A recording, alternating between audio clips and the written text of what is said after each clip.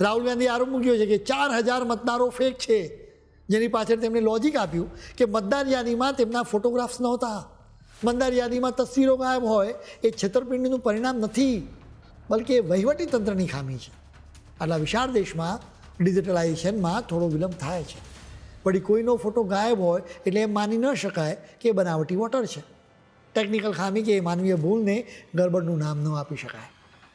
રાહુલ ગાંધીએ બેંગ્લોરની વિધાનસભાની બેઠક મહાદેવપુરા પર ખાસ ફોકસ કર્યું. અહીં મોટા પાયે ગરબડ થઈ હોવાનો તેમણે આરોપ મૂક્યો છે. તેમણે એના માટે ગુરકિરતસિંહ નામના એક મતદારનું ઉદાહરણ આપ્યું. 4 અલગ અલગ મતદાન મથકે ગુરકિરતનું નામ નોંધવામાં આવ્યું છે. માત્ર આ એક ઉદાહરણ આપીને તેમણે કહ્યું કે આવા બીજા હજારો કેસ છે. કોઈપણ જાતના પુરાવા વિના તેમણે આ આરોપ મૂક્યો.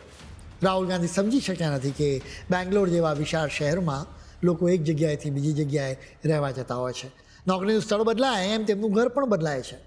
હવે તેઓ નવી જગ્યાએ મતદાર યાદીમાં નામ નોંધાવે એ બિલકુલ સ્વાભાવિક બાબત છે. એમાં છેતરપિંડીની વાત જ નથી. હા, વહીવટી તંત્રની ખામી જરૂર કહી શકાય. ઉપરાંત રાહુલ ગાંધીએ પણ ભૂલી ગયા કે રાજકીય પક્ષોને ખૂબ જ એડવાન્સમાં મતદાર યાદી આપવામાં આવે છે. મતદાર યાદી ચકાસણીની પ્રક્રિયા દરમિયાન રાજકીય પક્ષો વાંધો ઉઠાવી શકે છે. સવાલ એ છે કે જો ખરેખર મોટા પાયે ગરબડ થઈ હોય તો ચૂંટણી પહેલાં શા માટે કોંગ્રેસે આ મુદ્દો નહોતો ઉઠાવ્યો?